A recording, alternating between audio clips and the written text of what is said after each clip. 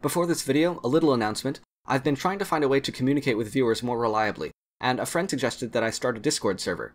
Discord is basically a text and voice chat service designed for gaming, but it looks suitable for this purpose too. I'm still experimenting and I don't expect a huge number of people to join, but it's there if you want it. Link is in the description. Now let's do this thing. Hello and welcome to the Foilist TV. Today's Rio round of 32 bout is between Cheung of Hong Kong and South Korea's Ho Jun. As always, links to the bout and to the relevant Who's Who videos are in the description. Overall, this bout was a fairly straightforward case of well-rounded overcoming Specialized, but you know there's more to it than that, and I haven't made a graph in ages, so let's talk about both of these guys. We'll start with Ho, because his side is much simpler. Ho is a typical Korean foilist, small of frame, quick of foot, and very aggressive. However, though he has a good strategic mind for what type of action to do when, he is quite limited in the varieties of each action.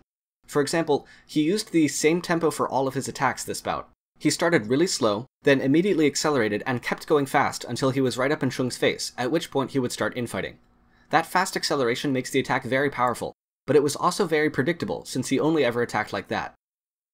In addition to knowing pretty much what all of Ho's actions looked like in advance, Cheung had the added benefit of a much wider skill set in general.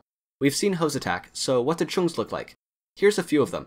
To cut a long description short, he did best with a consistently slow casual march, but he hit with all of these at least once, including some that were identical to Ho's. On defense, Cheung would take a single step back at the perfect time to escape Ho's initial acceleration, but he always wanted to step forward with his riposte, which I don't agree with. I would rather see him take another retreat, as it both keeps Ho from getting past him and makes it way easier to land that riposte. Infighting rarely resulted in a touch this bout, so why settle for that when you can get an easier riposte from farther away? However, that step forward worked wonders for a counterattack. Cheung would position his blade a tempo beforehand, but Ho was moving too fast to change anything. Then Cheung's step forward would be well timed to avoid Ho's point.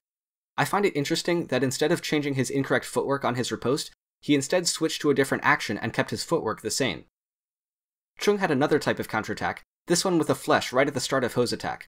I must say, the timing of this action felt absolutely beautiful whenever he did it, and I can't really quantify it, but it was one of those actions that I could just watch on repeat forever. On the whole, it seems that Cheung's greatest asset this bout was his sense of timing. His actions always felt punctual, not too early or too late. The only problems arose when those just weren't the right actions to do. Against an opponent with a narrow skill set like Ho's though, crisp timing and the ability to change the speed of his actions was all Cheung needed.